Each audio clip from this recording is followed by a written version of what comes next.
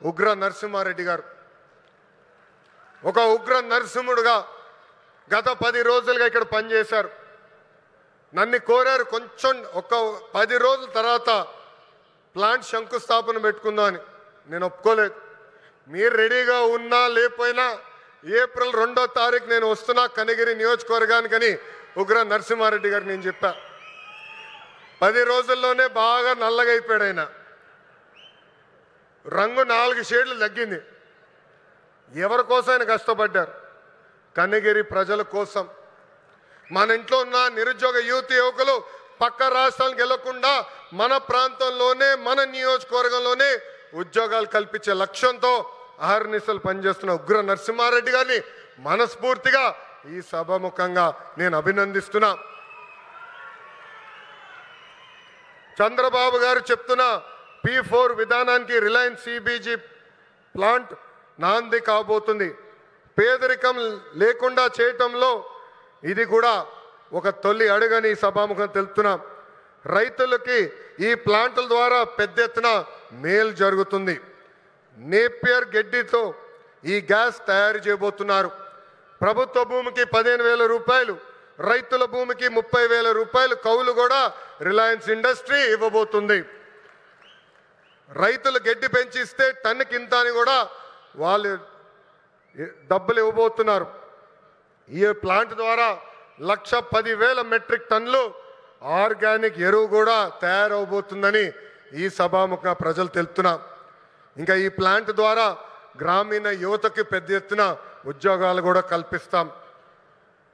ప్రకాశం జిల్లాలోకి ఎప్పుడు వచ్చినా నాకు నా పాదయాత్ర గుర్తొస్తుంది. ఈరోజు నేను నడుచుకుంటూ వస్తున్నప్పుడు అందరినీ కలిసా. గట్టిగా నా చేయి లాగారు. నాకు యువగలం పాదయాత్ర గుర్తొచ్చింది. మీరు చూపించిన ప్రేమ ఇంకా నా చేతి పైన ఉంది. అందరు నా చేతులు గీరారు, ఒకరు నా చేయి కూడా కొరికారు. మీరు నా పైన చూపించిన ప్రేమ, అభిమానం నా జీవితంలో ఎప్పుడు మర్చిపోనని ఈ సభాముఖ ప్రకాశం జిల్లా ప్రజలందరికీ నేను తెలుపుకుంటున్నా. ఉగ్ర నరసింహుడు నన్ను వదిలిపెట్టాడు కదబ్బా. కొన్ని కోరికలు కోరారు. మొదటిది రైల్వే ప్రాజెక్ట్. గౌరవ చీఫ్ సెక్రటరీ గారు నాకు ఇప్పుడే చెప్పారు, ఏప్రిల్లో అవసరమైన నిధులు మేము విడుదల చేస్తాం. ఆగస్టులో గౌరవ ముఖ్యమంత్రి గారిని తీసుకొచ్చి ఆ రైల్వే ప్రాజెక్ట్కి మనం ప్రారంభిద్దామని తెలుపుతున్నాం.